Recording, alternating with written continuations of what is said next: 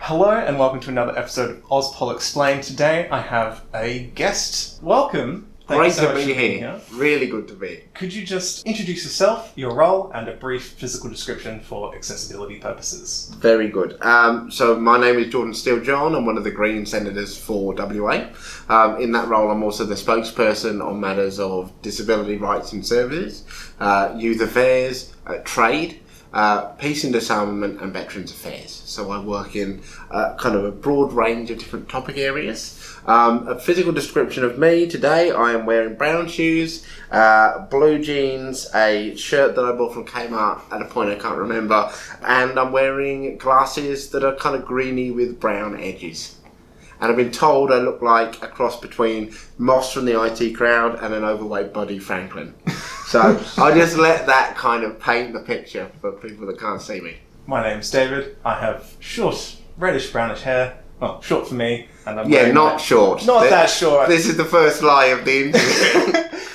People comment sometimes like, I'd take you seriously if you got a haircut. I'm like, this is my haircut. Totally. Run with it. Anyway, and I'm also wearing a brown woolen sweater, which is way too warm for this interview. Okay, let's get into it. So yes. You are a young person. You are what we call the baby of the Senate. Yeah, I saw that in the question. I have never had anybody call me the baby of the Senate, and I don't know if that's technically a term. I know grandfather of the Senate is the word for the oldest person. Maybe baby of the Senate is for the youngest person potentially. No one ever's gone like, hey, baby of the Senate, although that would be weird on many levels. But yeah, I'm the youngest person in the Senate at the moment. I'm 26 now, and I was 22 when I was elected.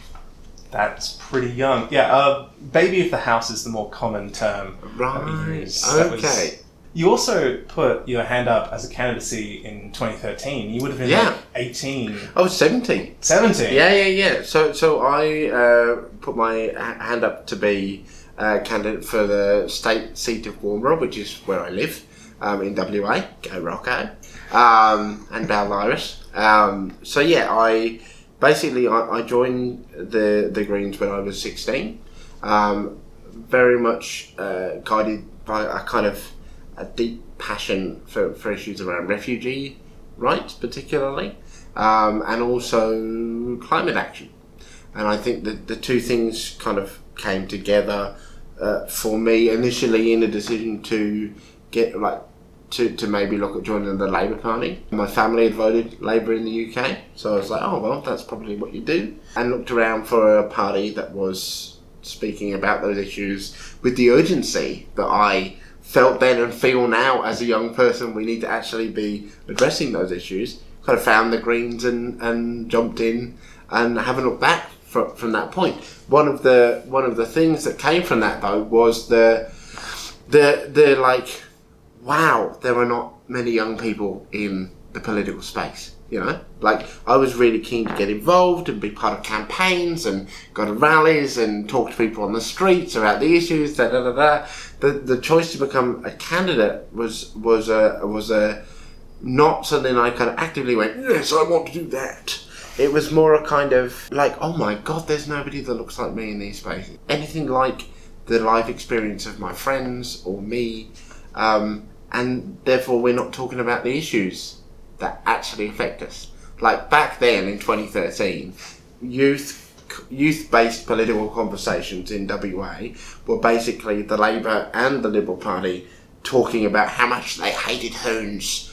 Hoons and home invaders, we're going to crush their cars, melt them down into iron piles and imprison them within the cars. You know, like it was really like that was it. All young people were a kind of pinata to be whacked so that older people and people in the suburbs would vote, so the major parties thought, for them at the election. Whereas the conversation I was having with my friends and was hearing in my social circles was about like the need for better mental health supports, how hard it is to work in insecure work at the same time as being at uni, like actually protecting our environment and taking action on climate change, and nobody was having those conversations. And at some point, I kept obviously talking about that in spaces, and you get the response, well, have you ever thought of putting your hand up and having those conversations with people and trying to represent that point of view. And as a 17-year-old at the time, then I was like very scared at the idea of taking that more kind of public position, if you like. And I think what pushed me over was the thought that if I was scared, then there was also a bunch of other people that were scared too. And so thinking through what would help me feel less scared about doing that would be if I had seen somebody else do it. And I was like, well, why don't I give it a go so that seems like an easier thing for the next person to do. So it kind of made me push through it a bit. And yeah, so I was 17 when I was pre-selected and 18, thank God, before the election, so I could actually be a candidate. And that was, way back in 2013. I believe, just as a fun fact, yes, the average age of the general colleagues in Parliament is twice your age? Yeah, there was a story written up by one of the national newspapers about the young people in the Parliament, and the next youngest person to me was 35, I think. They did a photo, a group photo with the young people of the Parliament, and they set the bar for young person at 40. Oh wow! So it was actually one of the worst pictures of me ever, because there's me in a sea of people in their mid to late 30s. It was really, to me, a moment of clarity of whoa, the terms of this conversation are so wrong, we know that we have a massive problem with the Parliament being unrepresentative in its composition of the Australian community. It's far older, whiter, richer and more male than the rest of the Australian community. And if we're presenting white people, predominantly men in their 40s, as the radical solution to that, man, that is not how you shift the frame on that, Yeah. I was still mostly sitting there among white folks that had either been lawyers or played internal political roles or had, stuck the knife in the back of somebody else in response for their pre-selection, Yeah. Well, now that we've determined the problem is, yes, how do we fix it? So what's your advice for young people who want to get involved in politics? I think the first thing we've got to do is recognise that as a generation, we as young people are incredibly politically engaged already.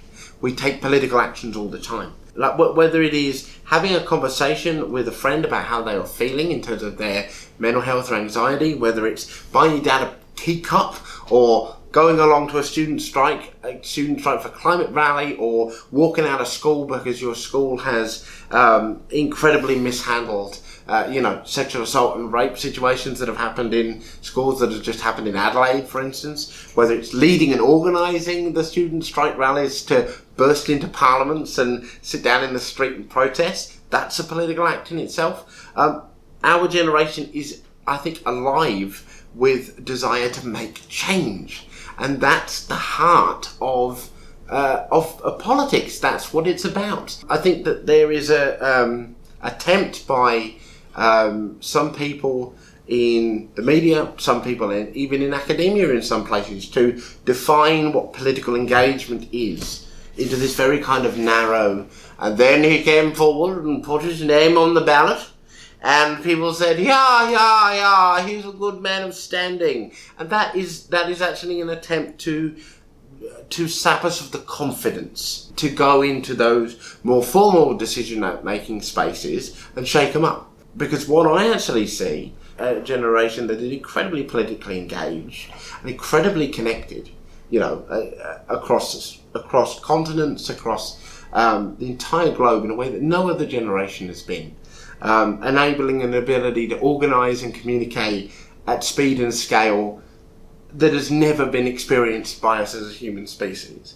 Not only do you see that, but you actually see, if you're looking for what success looks like in the creation of transformative change, particularly, though not exclusively, on the progressive end of the political spectrum, you'll find it where young people are in leadership positions, making decisions and leading, whether it be the traditional figures that are more known, the kind of Alexandria Ocasio-Cortezes of the United States, or Mary Black, who was elected at 20 in Scotland, or Chloe Swarbrick, that was elected at 22 in New Zealand originally. So in playing those roles, or any of these like transformative shake-up campaigns that are being run in either the labour rights space, the social justice space more broadly, the environment space, they're all young people leading these spaces and actually going, I don't much care about the way things are always been done. This is the way it needs to be done for people to be able to connect to it and be enabled to take a political action.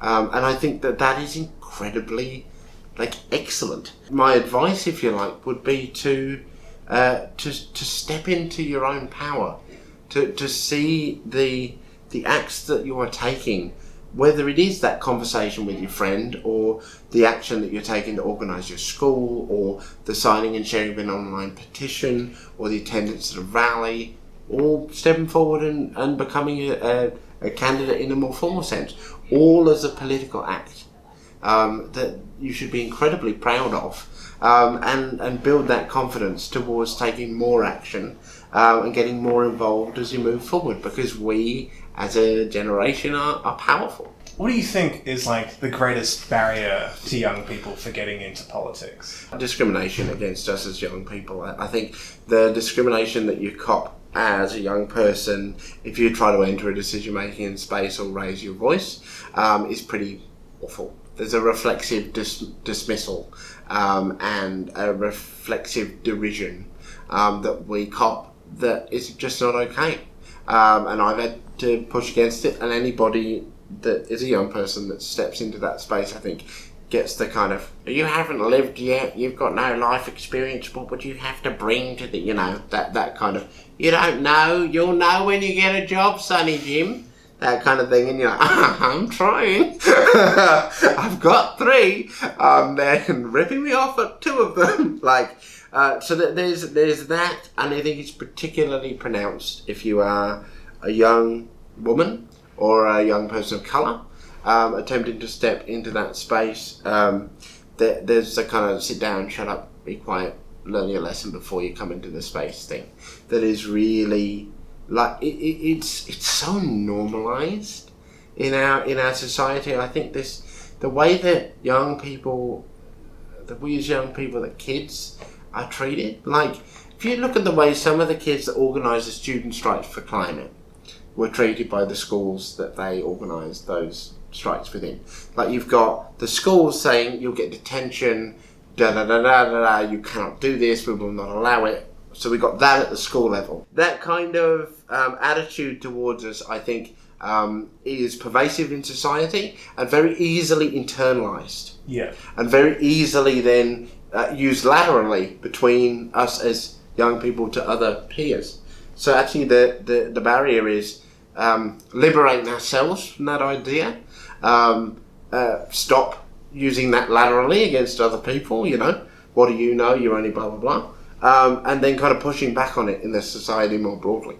What options do young people have to sort of engage in the political process outside of joining a political party? Well, I think that there is, if we go back to this thing of everything in and of itself is a political act, and a real understanding that actually any action taken to shape the way an issue is talked about, or we sometimes feel that unless you're running a paper or writing a column or blah blah blah, that how do you influence a conversation? The reality is that the thing that actually changes people's views are conversations that they have with the people that they trust. And with a very few exceptions, the people that they trust are not, tonight on Sky News, it's actually their friends and neighbours and social circles. So if you are passionate about an issue and you are having a conversation in your social circle with your friends and neighbours about that issue. That is in itself getting involved in a political discourse and a conversation and shaping a way an issue is thought about. There are obviously fantastic organisations like Student Strike for Climate and a bunch of other organisations that are helping us as young people come together and activate and take actions to create political outcomes, which are wonderful, and they're options that are really worth exploring. And then I'd say, in some ways, there are also political parties, political movements really, that are committed to that principle of grassroots participatory democracy. So there's a young person that switched on. How do they become a candidate? The first thing that you do, you get really clear on what it is that is your passion, like what lights you up inside, right? What gives you energy? What is the change that you want to see? So that's the first step, to really find where that is, because to do anything else, it's a deliberate process you go on. So you've got to know why you're doing it, not just doing it to do it, So once you get clear on why you want to do it, for instance, for me, my thing was like we was talking about earlier, if I do it, it'll be easier for the next person that does it. And there are a bunch of things that need to be spoken about: climate change, the experience of young people, what it means to be a disabled person in Australia, that won't be talked about from a place of lived experience if somebody doesn't talk about them from a place of lived experience. So that was my kind of why, if you like, combined with the general, that kind of desire to kind of shake it up a bit and try to get the conversations to where we as a community feel they need to be. So if you get clarity on that, the next step is just to decide whether you really like talking to people and hearing from folks their kind of hopes and aspirations for the future. Because that's what the job of a candidate is. People think it's to turn up on your doorstep or pick up the phone and start monologuing. Hello, I'm from insert party, let me talk about the platform. It's not about that at all. It's about creating the space to listen, and listen deeply, and then have a conversation with somebody about what your hopes, aspirations, views are, some of the solutions you see. What do they think of that? Oh, that's an interesting perspective. I hadn't thought about that in that way.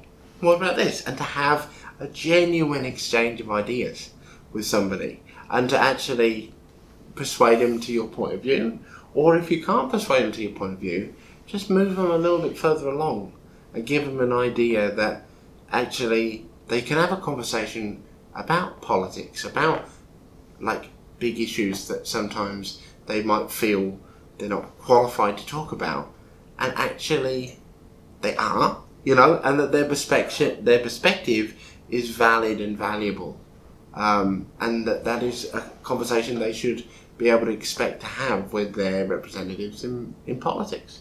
So if you're willing to do that, if you know why you're doing it, if you can get really clear on what you want to do, what you want to achieve, what success looks like to you, and you actually are excited by the idea, talking with people and having conversations about what the future looks like and what they want that to be, then that's the role of the candidate, in my view, and give it a go, So take a bit of time to think about what your values are, what it is the change that you want to see, and find the party that aligns best with you. Because you've got to be a member of a political party before you can be a candidate for a political party.